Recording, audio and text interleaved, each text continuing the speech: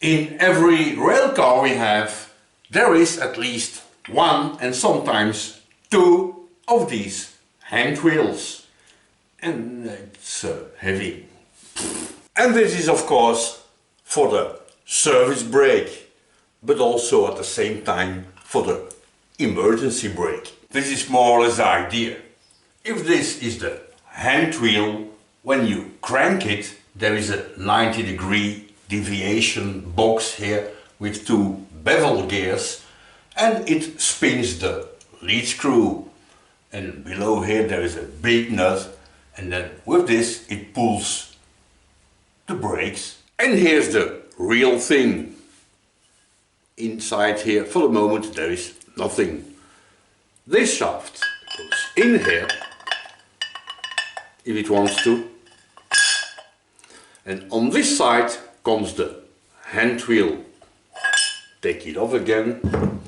And then on the inside comes this bevel gear. And the other one comes in the bottom of the thing I just threw it over there. And that's more or less it. Now of course there's a reason behind the idea that all these parts here are here in my workshop and not installed on a rail car. After many years of service, of course there will be some wear on these things, as for example, I don't know if the camera picks it up, but there is a tiny bit of movement here. On this side comes this bevel gear.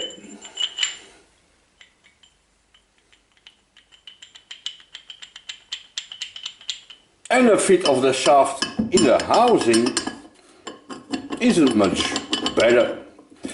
And when we look at the teeth of these bevel gears, we can clearly see they had a hard life.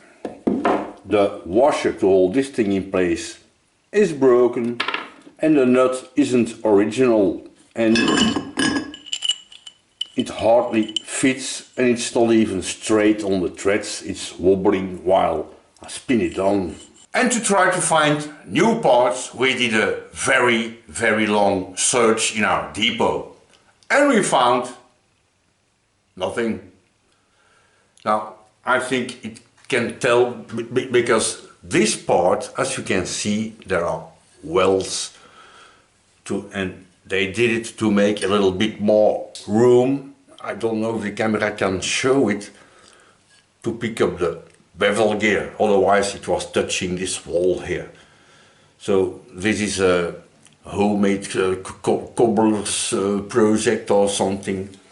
The shaft itself, I don't believe it's original, but a nice detail is that the square on this side and on this side was made using the shaper, which means that the only option left to fix this thing is to make a brand new shaft, but oversized so that it fits nicely in the hand wheel. So make this square bigger, that it fits also nicely in this part here. So this diameter adapts to this one, and the other square also adapts to this gear here, so that it's free to move but no or almost no play. And then of course make a new nut because this one not good, make a new washer because this one broke, and make a nut for this side because doesn't exist. And a few weeks ago one of the tram people gave me this piece of material with the idea that, you know, I don't think you can use it, but keep it, you never know. You bet I can use it. From truck parts to tram parts. Now this flange here was touching this, I don't know, thing here, yeah. So I packed a bit of material back here, a little piece of this, to bring it out, and now it's not touching anymore. let's cut a piece off.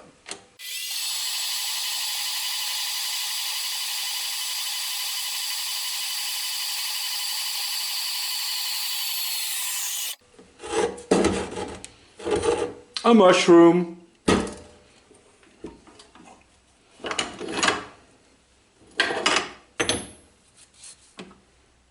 Normally, I am always the first one to say that replacing parts for brakes and then especially for passenger vehicles, always, and I mean always, use original parts. And here the problem is, of course, that we don't have these parts, don't exist anymore. And that's why I wanted to use the piece of truck here, because this is no sheet steel. To cut it on the bend saw, it did cut, but you can feel it's hard stuff. But as always, there is a problem. Now, forgive me a little bit the wobbly footage here, and I hope the camera will show it. When I give a sweet caress here with my pencil, maybe you can make up here a crack in the material. If I flip it around, when I spin around a little bit, I think here you can see it. Here, the same crack. And here in the length it's very difficult to see, but this part is ready to break in pieces. Which means that there's no way I'm gonna use this piece of material to make parts for brakes. This can be used, for example, as a paperweight to put on your desk or to make a candle holder. It will be perfect. But to keep people alive, nope, not good. And lucky I am, after a little bit of digging around, I found another bar. Now, this piece is the not good material, broken sheet.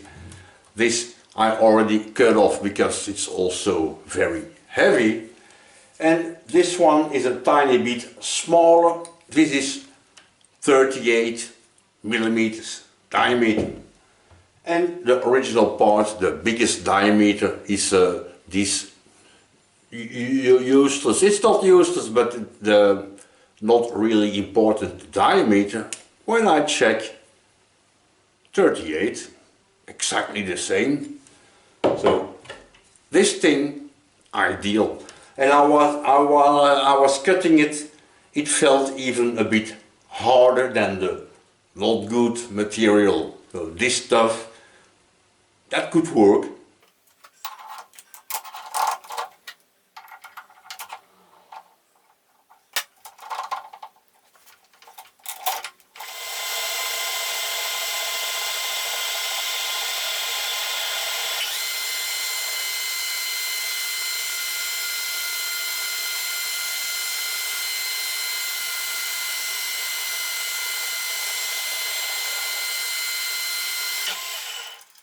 What I like to do on a part like this one, because it's a little bit stairs shape, is make only half drawing. For me is enough. First of all, face it off, and on the final facing cut, first set a 0 and then maybe face off 2/10 or something. So now I'm sure that the carriage, when it's at 0, it is really 0 on this face. And then here's my 0. And then the first part I have to go to 45. And the second part here 75. And then the third part 99. And this shoulder here 125. So I don't have to calculate anymore. All I have to do is choose my biggest diameter, is this one here, and I have to cut it from 0 to 125. And then I measured, of course, in the bevel gears, the thickness not between the two flats of course, but the two corners, diameter 28, and I have to go to 99 here. And so every time adding up these dimensions. Now it only works of course if none of these dimensions are really critical. If here this one is a tiny bit longer or shorter, who cares? The threaded part, same, we're not chasing microns here. So this works. If really the position and the length of some part is really important, this system doesn't work. But for this part, it's perfect.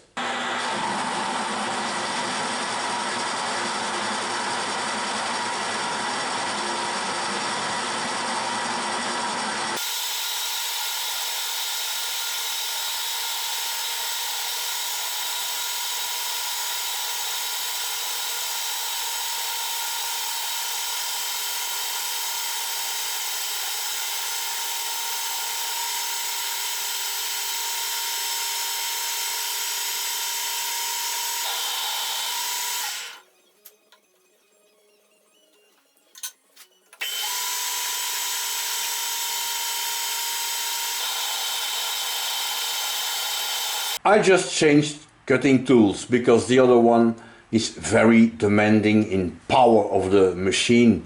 For roughing it's maybe okay-ish, but it creates a lot of heat and you hear the machine really working hard. For cutting not even 2 millimeter, there's something wrong with it. This one, much better.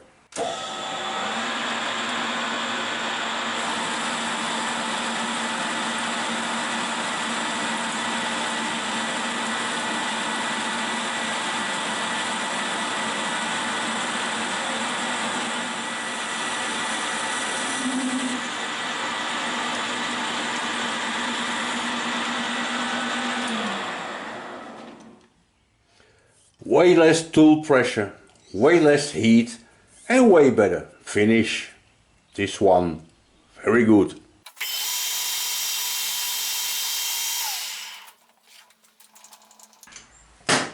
Test fit.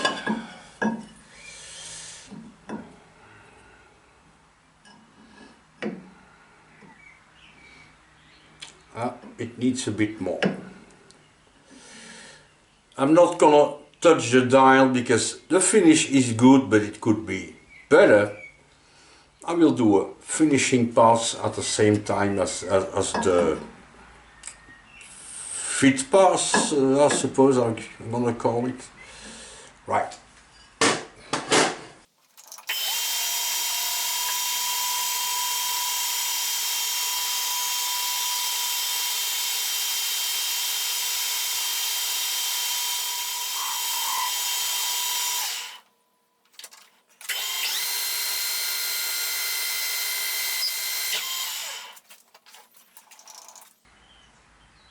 That's a bit better.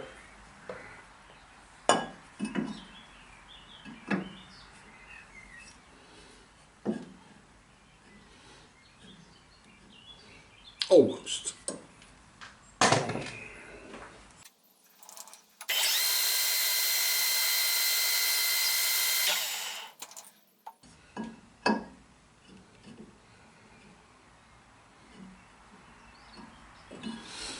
It is a little bit playing around of course, and the reason why is of this hole here is not really round anymore. So this is an egg and I have to fit a cylinder in an egg.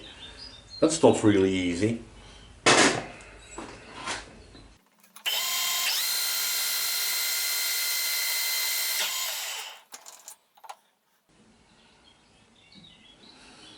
Yes.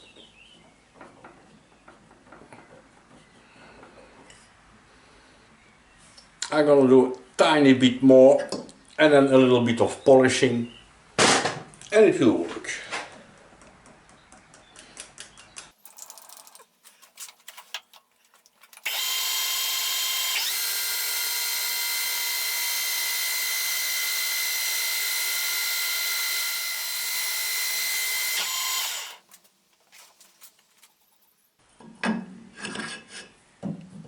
Yes. I really didn't see the point of filming all this turning work, and I polished a bit the ends that will be bearing surfaces. It's of course this one and this one. And now we can witness the test fit. Now this side of course I already tested, but the other one not yet. Look at this.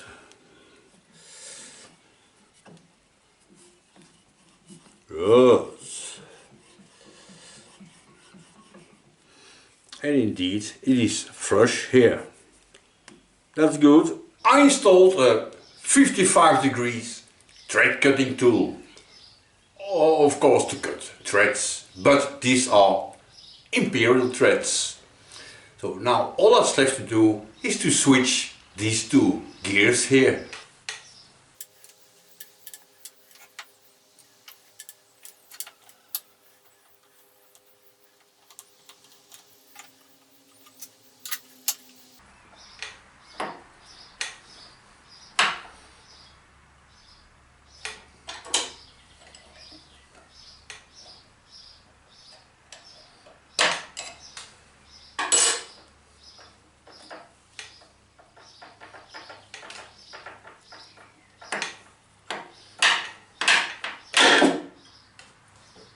Easy.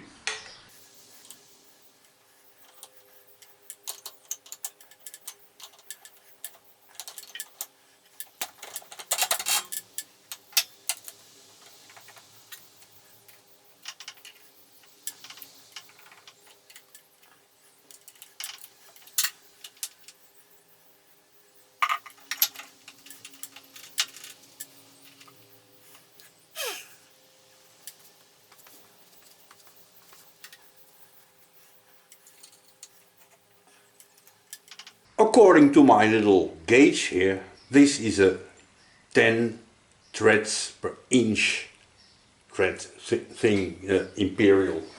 Right, let's double check before we make any stupid mistakes here.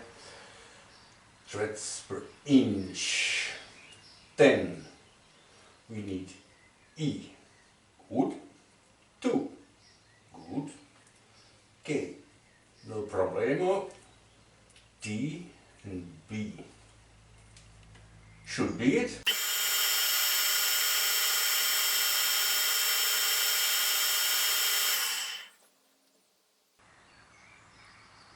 And it is. That's good.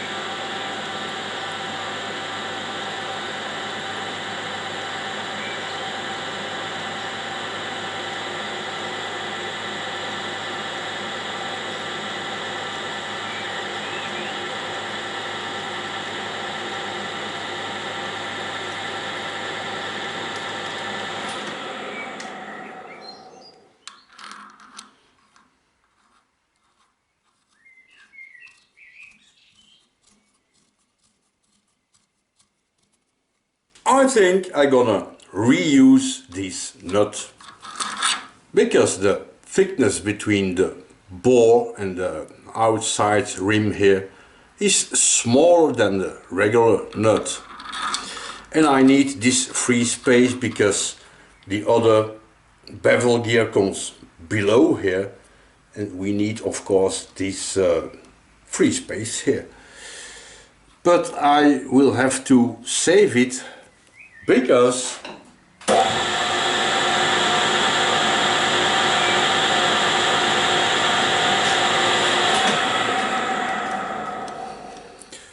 while spinning I gave it a touch of Sharpie. So if I cut off a little bit more over here where is the black and nothing over here, it could maybe straighten up a bit. Let's try.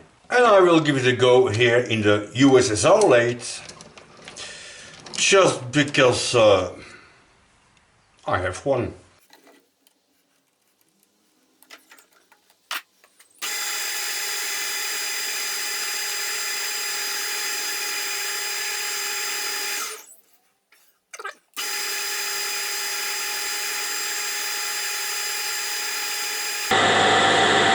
Nope, not good. Right, let's try something else.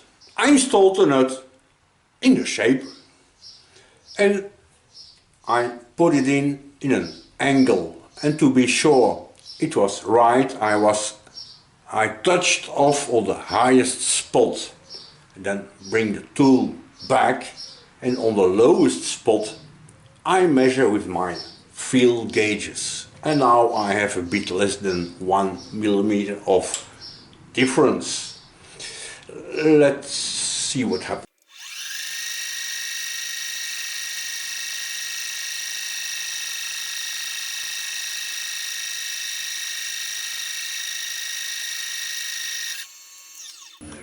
Right, I will deburr the thing and over to the lathe.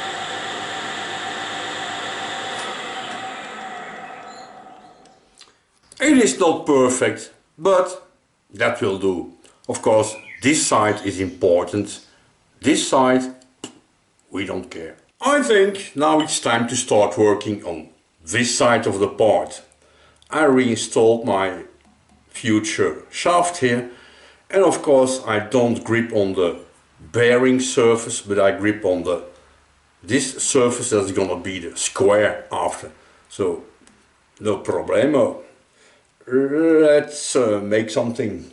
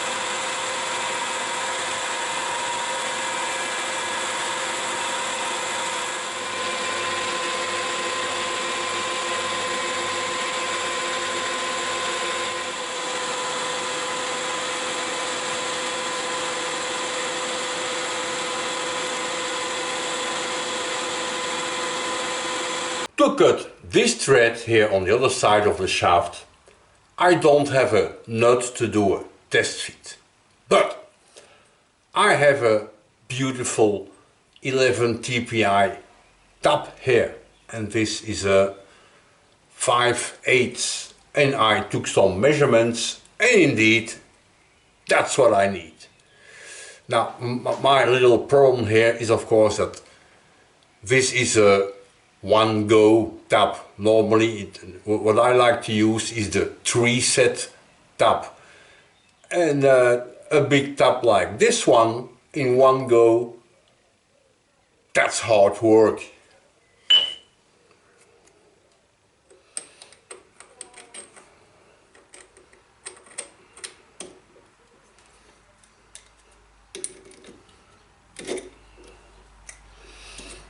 And I also have a handful of tap wrenches, and none of them fits on here. So it's this stupid thing that I'm gonna use.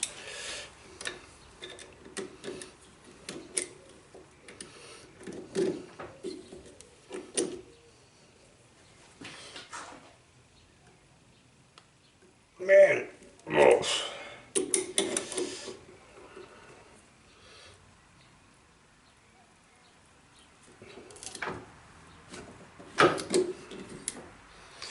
I suppose that's how we break taps.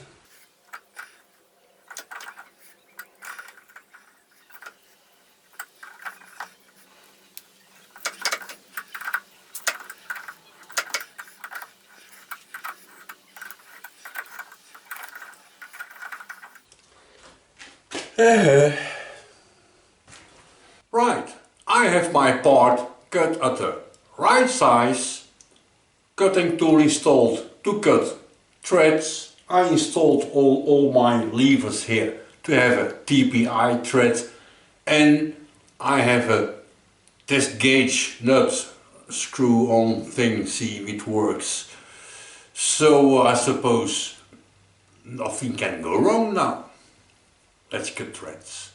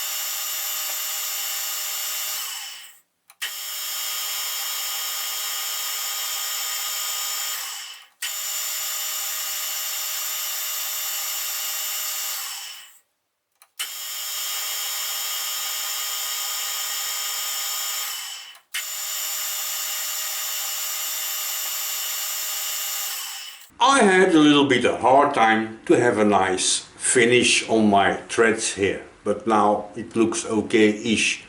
I don't know why, but this side was a lot easier. And my test gauge nut here fits very well, as you can see, and there's not too much movement, so that's good.